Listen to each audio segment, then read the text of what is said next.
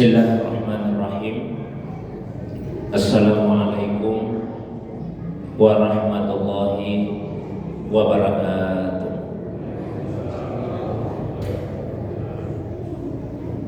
Alhamdulillahilladzi lam yazal aliman qadira wa sallallahu ala sayyidina Muhammadin alladzi arsalahu ilan nasi basyiran wa nazira wa ala ali Muhammadin wa sahbihi wa sallama tasliman katsira, amma ba'du.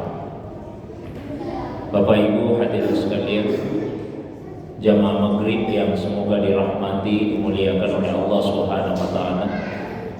Alhamdulillah, segala puji tentunya hanyalah miliknya Allah Subhanahu wa taala semata-mata. Hanya kepadanya kita semua beribadah dan hanya kepadanya kita semua beristi'anah, meminta kekuatan untuk beribadah. Salawat dan salam semoga tercurah kepada kekasih kita Rasulullah Muhammad sallallahu alaihi wasallam. Begitu pula kepada keluarga, para sahabat dan pengikutnya yang senantiasa istiqamah menghidupkan sunnah Nabi sallallahu alaihi wasallam. Beliaulah Nabi yang telah mengajarkan cara beribadah yang benar dan cara beribadah yang baik kepada Allah Subhanahu wa taala.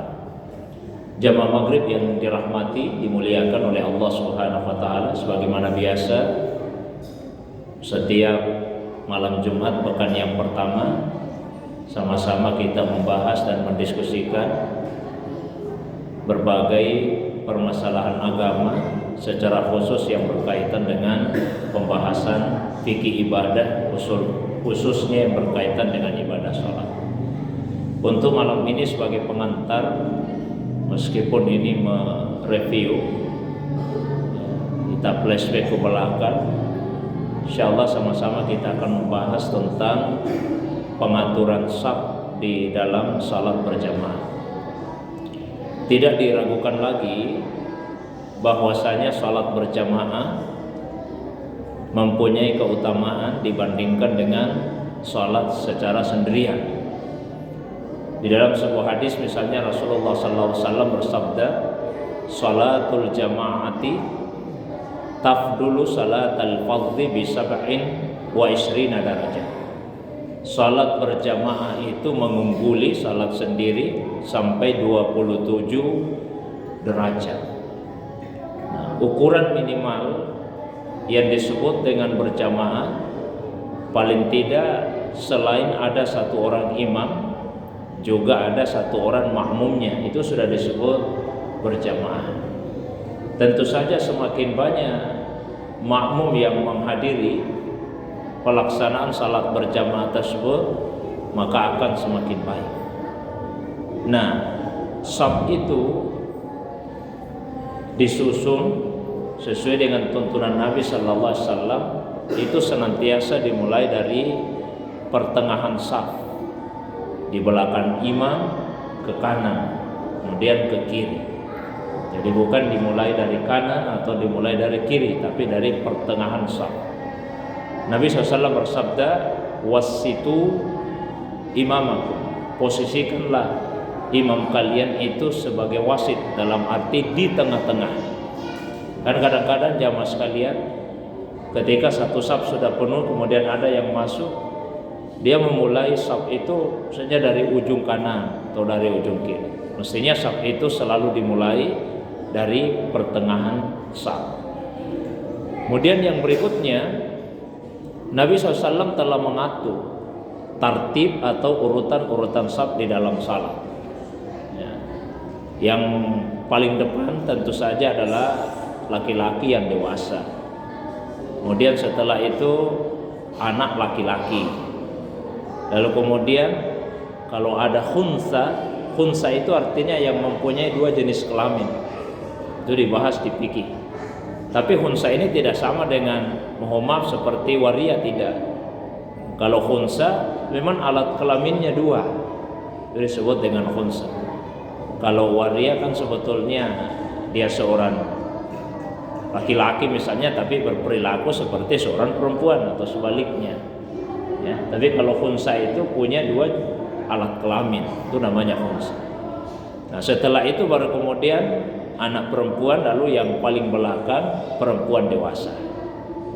Nabi SAW misalnya dalam sebuah hadis menjelaskan khairu sufufir rijal awwaluha wa syarruha akhiruha wa khairu sufufin nisa akhiruha wa syarruha awwaluha. Sebaik-baik safnya laki-laki itu adalah yang paling depan, yang paling pertama. Dan seburuk-buruk, kalau arti harfiahnya seperti itu, tapi yang dimaksud di sini yang paling rendah kebaikannya, karena tidak ada saf yang buruk. Ya. Cuma terjemah harfiahnya seperti itu, tapi yang dimaksud yang paling rendah kebaikannya yang terakhir. Sebaliknya, sebaik-baik saf perempuan itu yang paling terakhir, yang paling di belakang, dan yang paling rendah kebaikannya yaitu yang di depan. Sehingga sebetulnya jelas sekali dari tuntunan Rasul bahwa yang namanya saf perempuan itu di belakangnya saf laki-laki. Sekarang ini kadang kita jumpai ada yang bersebelahan saja, bersampingan, satu di kanan, satu di kiri. Sebetulnya itu menyelisihi apa yang disunnahkan oleh Nabi SAW, baik secara kaul, secara ucapan maupun dalam prakteknya. Kan dulu di masa Nabi tidak pernah saf itu disusun dengan cara yang bersebelahan seperti itu. Jadi laki-lakinya di depan, kemudian perempuannya yang di belakang. Nah, kalau misalnya tidak seperti itu, salatnya tetap sah tapi dihukumi makruh. Kecuali kalau misalnya kondisinya darurat, tapi tidak boleh kita terlalu mudah mengatakan darurat. Selama masih bisa diatur, perempuan itu safnya di belakang, laki-laki di depan, maka itulah yang paling baik. Nah, seperti itu model pengaturan saf di masa Rasulullah Sallallahu Alaihi Wasallam. Nah, kemudian yang berikutnya, Nabi SAW sangat menekankan agar saf tersebut diluruskan dan dirapatkan. Sahabat bercerita, "Idza uqimatis shalah fa'aqbala alaina Rasulullah sallallahu alaihi wasallam biwajhihi." Apabila iqamah itu sudah diserukan sebagai tanda bahwa salat berjamaah akan dilaksanakan, maka Rasulullah SAW menghadapkan wajahnya kepada kami. Wa qala, kemudian Nabi SAW bersabda, "Aqimu sufufakum." Tegakkanlah saf-saf kalian, wa tarassu, dan rapikanlah saf-saf kalian. Fa inni arakum min wara'a zahri, karena sungguh saya bisa melihat kalian dari belakang punggung saya. Jadi Rasulullah SAW memerintahkan aqimu sufufakum, tegakkan saf kalian, ya, maksudnya luruskan. Kemudian tarassu, rapikan saf kalian. Dipahami dengan merapikan saf, yaitu dengan merapatkannya. Jadi dua apa perintahnya, lurus, lalu yang kemudian merapatkan saf. Nah, sahabat juga bercerita bahwa di antara cara mereka untuk meluruskan dan merapatkan saf itu, wa kana ahaduna yulsiku mankibahu bimankibi sahibihi wa qadamahu biqadamihi. Salah seorang di antara kami, maksudnya sahabat, itu melekatkan bahunya ke bahu yang di sebelahnya dan telapak kakinya ke telapak kaki yang di sebelahnya. Ulama juga menyatakan bahwa bahu dengan bahu, rukbah dengan rukbah, rukbah itu artinya lutut dengan lutut, kemudian ka'ab dengan ka'ab, mata kaki dengan mata kaki, itu ukuran lurusnya. Jadi yang diukur lurusnya itu adalah mata kakinya, bukan jari jemarinya. Nah, bahasa ini bahasa mubalaghah, bahasa hiperbol. Bukan berarti bahu harus betul-betul menyentuh bahu yang di sebelah. Apalagi misalnya lutut, kan tidak mungkin menyentuh lutut yang di sebelah, apalagi mata kaki. Dan di hadis tidak disebutkan misalnya asabi. Asabi itu jari-jari kaki. Nabi tidak pernah menyebutkan jari-jari kaki menyentuh jari-jari kaki yang di sebelah. Ya, sahabat juga tidak menceritakan seperti itu. Jadi bukan berarti jari-jari kaki harus menyentuh, apalagi sampai menginjak jari-jari kaki yang di sebelah kita. Ini bahasanya hiperbol, bahasa mubalaghah. Nah, yang terpenting adalah diusahakan supaya rapat, ya paling tidak bahulah dengan bawah. Karena kalau lutut Pak tidak mungkin. Posisi lutut itu kan ke dalam, apalagi mata kaki. Jamaah maghrib yang dimuliakan Allah. Yang berikutnya yang juga sering dijadikan sebagai pembahasan, yaitu ketika ada anak-anak yang menghadiri salat berjamaah. Ya. Anak-anak itu kategorinya satu. Ada anak yang sudah balik, ya, misalnya di atas 10 tahun, ya, katakanlah 12 tahun umurnya, itu sudah balik. Kalau anak yang sudah balik, maka posisinya itu seperti laki-laki dewasa pada umumnya. Mereka juga disunnahkan untuk menghadiri salat berjamaah. Kan sebagian ulama mengatakan wajib, ya, menghadiri salat berjamaah. Itu bagi anak-anak yang sudah balik. Yang kedua, yaitu anak yang belum balik, tapi dia sudah mumayyiz. Mumayyiz artinya sudah bisa membedakan. Kalau dalam konteks salat, dia bisa membedakan ini gerakan salat, ini bukan gerakan salat. Kalau orang salat tidak bisa lari ke sana kemari, tidak bisa teriak-teriak, ya, meskipun dia belum balik Pak. Misalnya anak-anak umur 8 tahun, 9 tahun belum balik, tapi sudah tahu kalau kita salat itu tidak boleh cerita, tidak boleh lari ke sana kemari. Anak-anak yang seperti ini pun boleh kita bawa ke masjid, dan sangat baik jika kita bawa ke masjid, karena dia sudah bisa bedakan yang mana yang bisa dilakukan dalam salat, yang mana yang tidak bisa dilakukan. Bahkan pernah di masa Nabi ada anak kecil, umurnya itu antara 6 atau 7 tahun, namanya Amr bin Salamah, dan beliau yang jadi imam di perkampungan Bani Salamah, mengimami laki-laki dewasa, padahal umurnya baru 6 atau 7 tahun.